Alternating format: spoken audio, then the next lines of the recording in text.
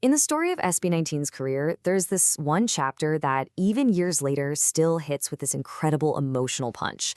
So today, we're going to dig into why this specific era left such a deep, lasting mark on fans, one they just can't seem to shake. But first, a quick question for you. Think about an artist you love.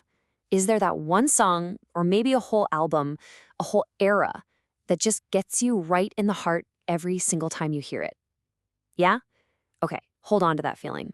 So what is it about this particular chapter for SB19? It's a really amazing look at just how powerful one single period in an artist's journey can be. Let's break down why this one, out of all of them, has such a tight grip on people. I mean, think about it. Even as SB19 is breaking records, selling out arenas, and hitting all these new milestones, fans just keep coming back to this one specific time. A time that was just raw, unapologetically honest and super personal. It's like this magnetic pull back to the moment a much deeper connection was forged.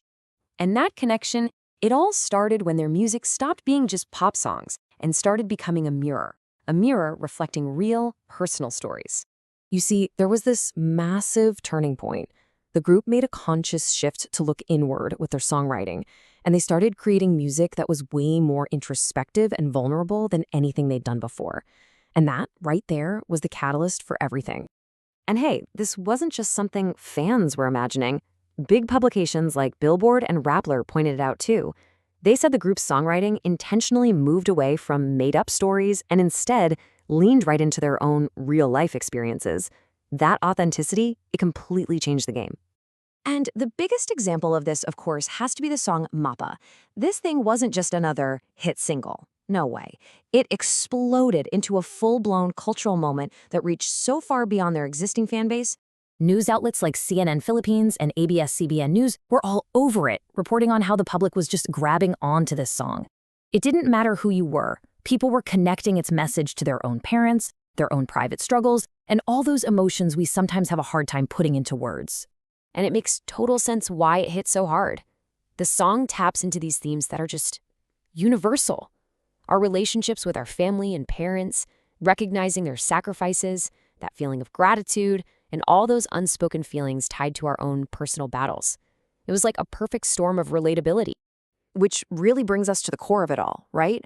When a song feels like it was written about you, when it feels like it genuinely understands what you're going through, how are you supposed to just move on from that? But the music was only one piece of the puzzle. The context around it, what was happening behind the scenes, was just as important. Let's talk about the incredible vulnerability they showed while under all that pressure, the reality just behind the curtain. The difference was just night and day. On one hand, you had the image everyone expects, these high-energy shows, that flawless confidence, the rising fame. But the reality they chose to let us see, it was one of complete exhaustion, a very real fear of failure, and the crushing weight of responsibility they were carrying. And by being so open about those struggles, they completely changed the dynamic. According to sources like CNN Philippines and Rappler, that raw honesty made fans feel less like they were just watching from the sidelines and more like they were partners in the journey, growing and facing these challenges right there with them. So what did all this lead to? Well, it created this fundamental shift. This era became all about connection over performance, and it built a whole new kind of fandom. So what does connection over performance really mean? It's basically an approach where that real, authentic, emotional back and forth between the artist and the fan becomes the most important thing, even more important than a perfect, flawless show. It's putting that shared vulnerability right at the center of everything. And like Billboard pointed out, this was a huge deal. These quieter, super emotional songs were the complete opposite of the high-energy, polished image people usually expect from boy groups. It totally shattered expectations. It made them feel real. It made them feel human. And because of that, the whole experience of being a fan completely changed. Enemy Asia observed that it wasn't just about celebrating the big wins anymore. It was about offering real support. Fans started sharing their own personal stories, inspired by the music, and it created this community that was bonded together, not by perfection, but by being vulnerable together. It became a collective safe space where it was okay to feel things. Which brings us to a pretty powerful conclusion. This wasn't just some phase they went through. In a lot of ways, this was an era that never actually ended. It became the emotional foundation of who they are. See, SB19 never treated all these feelings as a weakness that they had to get over. For them, it was just a truth, something real that needed to be shared.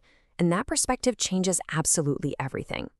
And that's why fans don't want to move on, because the era didn't just vanish. It evolved. It became the bedrock, the foundation for all the new music, all the new concepts, and all the new successes that came after it.